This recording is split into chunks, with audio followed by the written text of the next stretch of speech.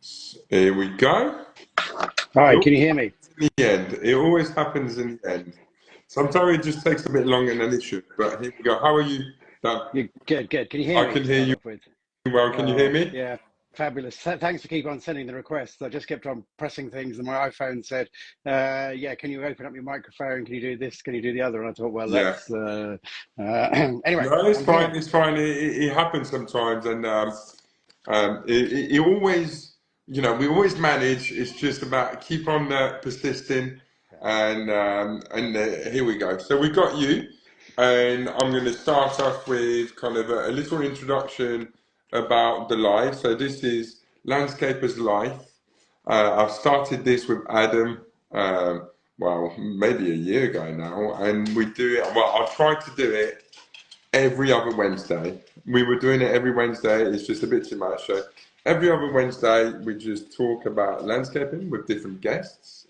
And tonight we got yourself, Dan. And you are, what I understand, you are MD of Bowles and Wyer, Absolutely, yeah.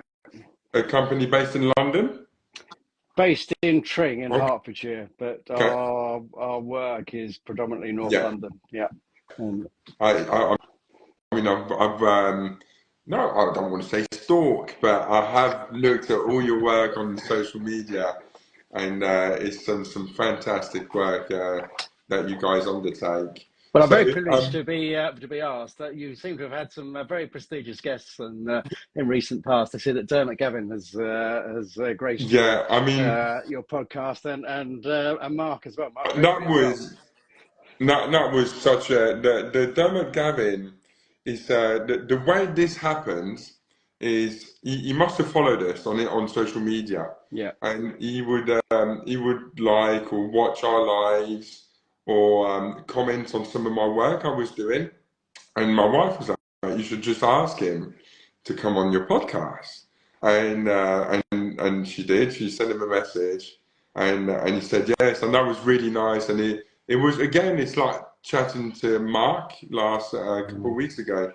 chatting with people, and do not take offense with people with maturity, as in people that have done it for a lot longer than I have, but chatting with those people that have done it for a long time and have created successful businesses, I find great pleasure opening my ears and asking questions and feeding. Mm. And yeah, so I've had some really As, good guests, and tonight it's you. So, Dan, tell us about your journey to where you are now, if you would like.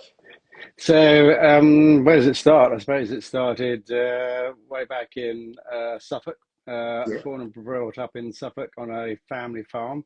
Oh, nice. Dad was the farmer. Mum was a school teacher. Um, I didn't go to local school because Mum didn't want to teach me, so I went to the next village along. Um, a very beautiful part of Suffolk, part of what's sort of the Constable country. So yeah, a very idyllic start to life. But life for the on the family farm probably wasn't for me. It was a small farm and not much Yeah. money to be made. So I went to college, or went to university, went down to Portsmouth Polytechnic, graduated in civil engineering, Yeah. and for about 7 or 8 years worked as a civil engineer. Worked for part of what was called then Tilbury Douglas. I think they became Interserve, and I think they're rebranding into Yeah. something else since. Great training ground. 3 years out on site, uh, site engineering from site to site, covering most of sort of London and east of England.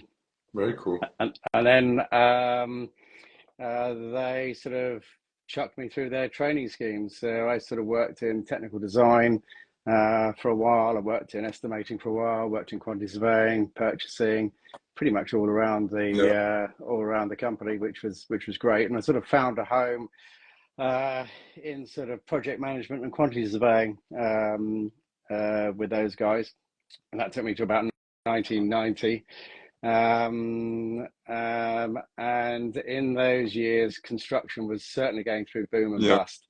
Um, And whilst I was fortunate enough not to be made redundant, lots of my colleagues were, and I thought maybe time to jump ship. And I saw an advert in Building Magazine for quantity surveyor for a landscaping company. I thought, oh, hold on a minute, I like my horticulture. Yeah. I've been brought up on a farm. Maybe I've got some engineering background. Maybe landscaping is for me. Yeah. And that was with a company called Sidley's. So in 1990, I joined Sidley's. And worked there as both quantity surveyor and project manager, I suppose, for a few years before getting married and taking a bit of a career break. So I took a sort of 6 months career break to do a bit of traveling with my wife, which was a fantastic experience. Yeah. Recommend that to anyone. Yeah. Came back, looked for a job, and there was a company called Waterers at the time. You young people may not have heard of them, but they Waterers. The sort of remnants of Waterers are now Nurture and Crocus, I suppose. Okay. But I met a lot of great people at Waterers before going back to being director at Sidley's for a while. And then setting up my own consultancy for landscapers. Okay. It's called Vista Landscape Services. And we worked for quite a few people. I did some work with Mark Gregory, worked with Waterers, did some, when that's where I first came across Bowles and Wyer Yeah. as a consultancy. And me and my partners thought that perhaps we don't want to just tell people how to do things anymore. Maybe we want to go and do it ourselves. We Yeah. didn't want to start as a man in a van again. So we approached Bowles and Wyer to say, hey, guys, we've got this consultancy which sort of works for other designers and landscape architects. How about we bolt on an extra part to your I, company, your design and build? And that was all the way back in 2006. So yeah. that's where it started. And at what stage were Bowles and Wyer when this kind of partnership started, if you like? So Bowles and Wyer was formed in '93 with John Wyer and Chris Bowles, and they were going from strength to strength. They'd done some fabulous schemes. They'd done Earl's Terrace in Kensington, in London. I came across them as consulting for a roof garden project just off the back of Lord's, the Pavilion Apartments, which is a wonderful scheme to be involved in, and then another private garden in Kensington Palace Gardens, which I was involved in. So years of getting to know each other. Yeah. And so they were in a small rented office in Berkhamsted at the time, just looking actually to make the move to our current premises Okay. in Tring.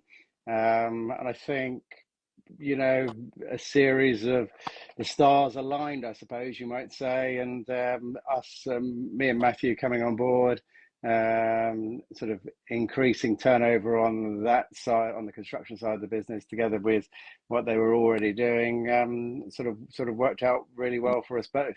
Like a great partnership. Yeah, No, absolutely, really. nice. It's great because I mean I can. So what I can take from this journey is obviously you started on a farm and you're obviously very interested in engineering and stuff like that and moved to the more numbers and running side of Yeah, things. yeah. But all those skills that you kind of inquired kind of led you to this industry, Yeah, and you don't obviously you don't regret it, no, right? So it's good fantastic. I choices think have been if made.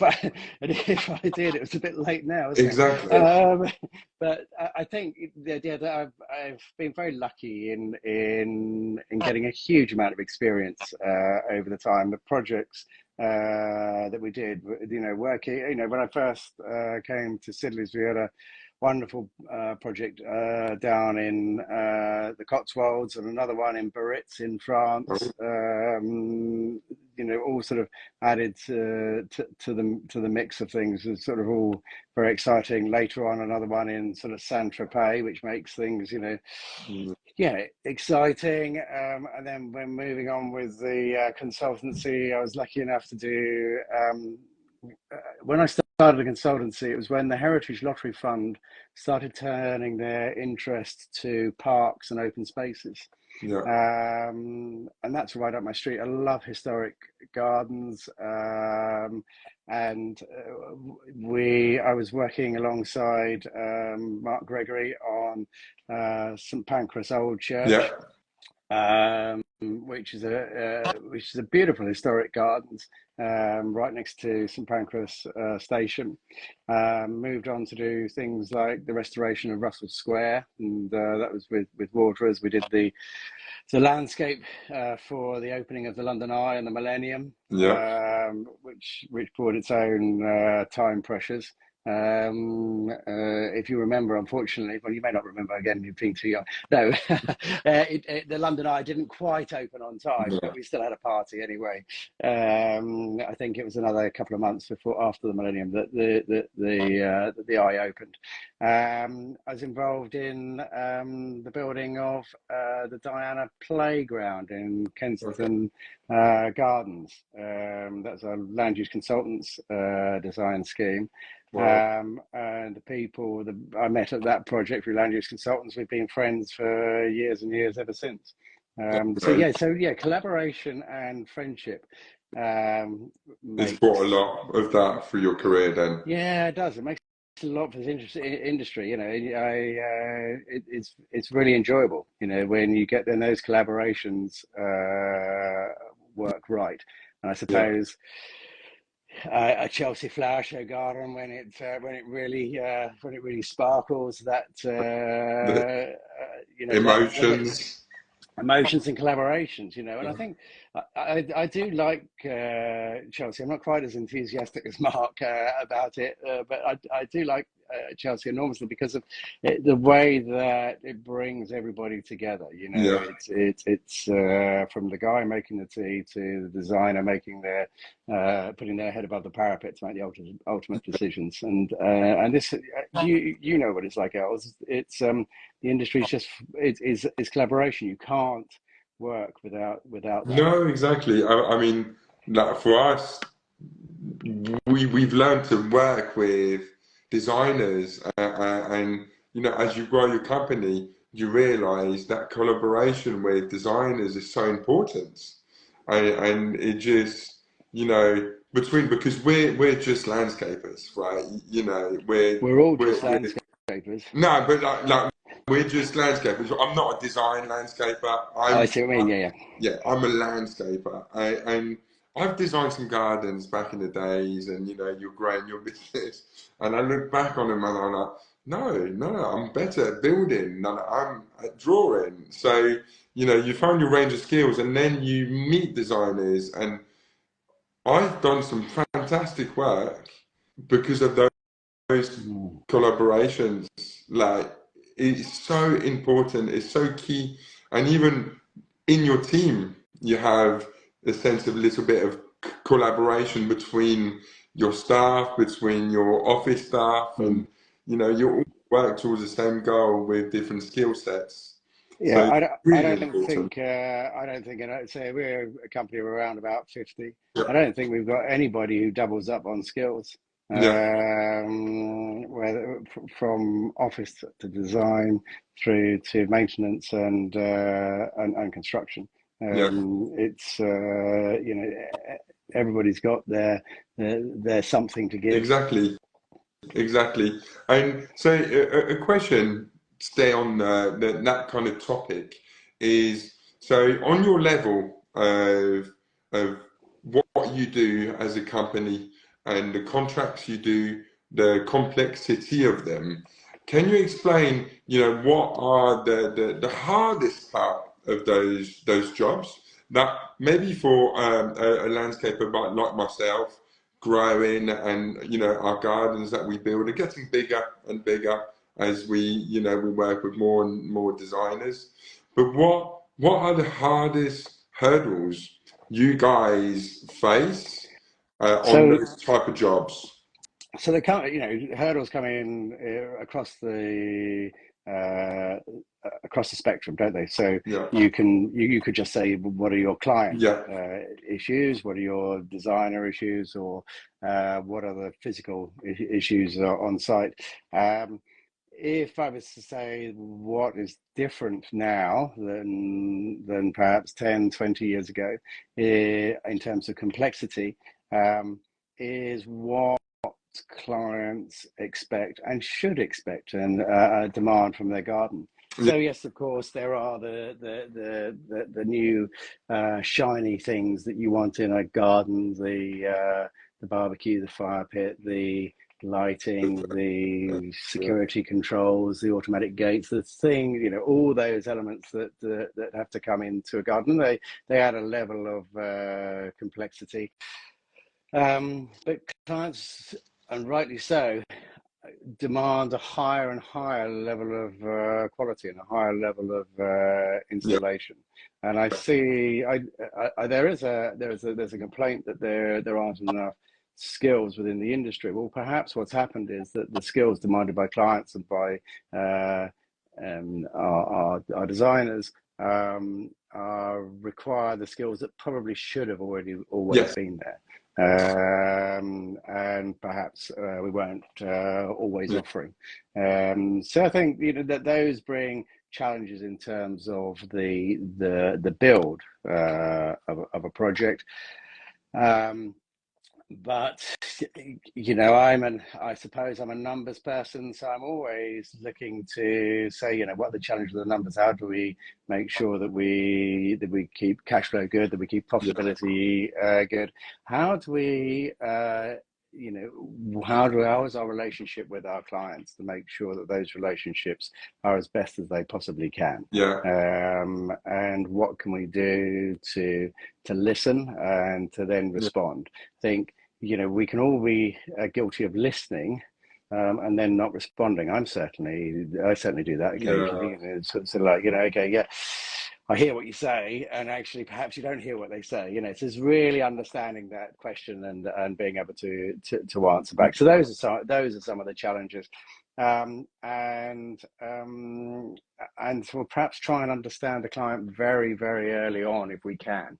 yeah, And some of the gardens that we work on, or some of the landscapes we work on, we don't always get to see the ultimate client, perhaps until much further the line, yeah, down the track. and towards the There are end, maybe the finishing touches. yeah, and that's the point where the client goes, yeah, but I really wanted this, and you're going, well, did you tell anybody? Oh, wow, um, Most of the time, people are, they're absolutely over the moon with everything. with what we do. But then I see that on so many landscapes. I love what I've been since we've got to know each other. I've been following your work. I love the work you do. I mean, it's great quality. It's really, really, and I like the way that you decide to go just a little bit above and Yeah, beyond. And I think people see that in your work, the way that you decided that you've got an odd angle to cut on some stone. You haven't got a piece of stone that's right, so you decide to joint it, yeah. which I like. No, I it's think, good. cool. Good. I mean, for us, that is not the hurdle. For us, I'm going back on the hurdle. For us, the doing the work, I can do it.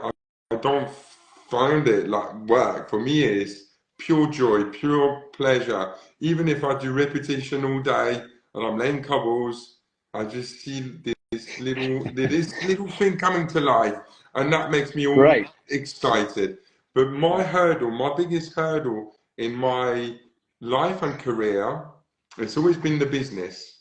And it's always been the business that, so the day-to-day hurdle, like you were saying, cash flow, Mm. you get the big ups, the big downs, the pigs and the troughs of a lot of money coming in, a lot going out, and managing the finance. I've always really disliked it. My wife is director with I was me. going to say, your wife, does she can hold on cash flow Yeah, for yeah. you? no, I mean, yeah, because but she would shield me because I'm like a bit like you. I'm a son of a farmer, right? And I grew up on a farm, and I was brought up to work really hard. But then I left the nest, but we didn't have much growing up, so money worries me, right? So when cash flow is bad, my wife shields me from it. So sometimes she doesn't tell me Hmm. because it brings me right down. I get really anxious and anxiety because it's something that I can't control. I can't fix with a bit of like, resin or a bit of cement, So Yeah, yeah, I that's always understand. been my part that I really dislike. But isn't that the opportunity to let that side of the business be run by Oh yeah, somebody else? And your development will be the fact is that you can't do absolutely everything. And there are people to call upon. I suppose with Bowls and Wire, we do have a strong a strong board. So there's myself, there's John Wyer, yeah, who's our CEO, his wife Vicky, who doesn't work day to day in the business, but is a director day to day in the business. Stuart Wallace, who's our special works director, and Matthew Maynard, who's operations yeah, director. And we all have a different skill set, certainly have different opinions on things. But we have a vision and direction of where we're going to go, and that bit is a little bit easier. That's where we want to go. How are we going to achieve it? yeah, It's the stumbling blocks which come along, aren't there? There's the COVID, there's the war in Ukraine, and for us those were hard yeah, times. They were difficult, but we're out the other side, and thank goodness for that. It's all yeah, rosy. But then again, I've seen this sort of cyclical, being in more mature years, I've seen the cyclical thing before, and it will come good. yeah, But and having your wife as a director who's able to keep an eye on cash flow is going to be great for your business. yeah. It's I think you learn to let go a little bit, and I've been chatting obviously with yourself and other people like Mark, and I get a little glimpse of how those businesses work. Although we are a lot smaller, but you can take little parts of that and understand. So, like you say, you can't do everything, and that I've early learned that if I want to have a couple teams, 3, 4 teams running different mm, jobs, I can't divide myself. And we've had 12 guys at one point, and I really didn't enjoy it hmm because it was just not the right guys in place. And recently we've been very blessed.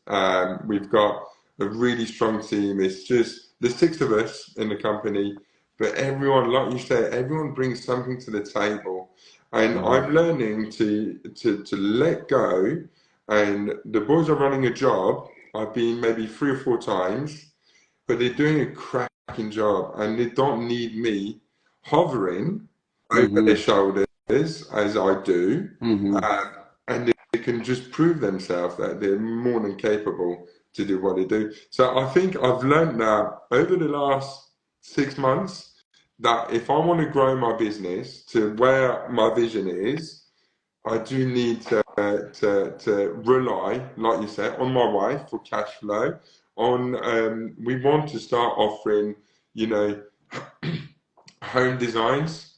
Oh, I've lost your connection. But yeah, we want to start offering designs in-house. So Theo might do that. Hopefully he comes back. Dan, can you hear me? We've got a buffer.